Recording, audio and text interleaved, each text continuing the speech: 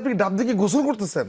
আর ডাব তো নিশ্চয়ই এটা এটা যদি আপনি মেডিকেল সায়েন্সও খালেদ মাহমুদ সুজন, তারপর আপনার তামিম ইকবাল, তারা যারা ছিল তারা একটা সিন্ডিকেট তৈরি করছিল বিসিবির মধ্যে, যেন তারা এই রকমের টাকাগুলো নষ্ট করতে পারে। আপনার ঢাকা লিগে বলেন বা ন্যাশনাল টিমের ক্যাম্পেইনে বলেন, তারা এই রকমের টাকাগুলোকে দুর্নীতি করছে খালেদ মাহমুদ সুজন।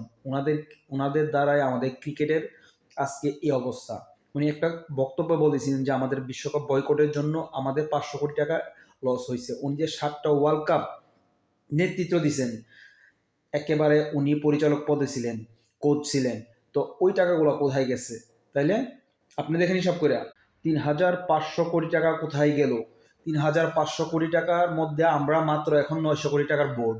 এই টাকাগুলো খালেদ মাহমুদ সুজন উনি দুর্নীতি করছে, আর তামিম ইকবাল ওনারা যারা সংশ্লিষ্ট ছিলেন তারা দুর্নীতি করছে। আশা করি আপনারা এটা প্রতিবাদ করবেন নিজ নিজ জায়গা থেকে।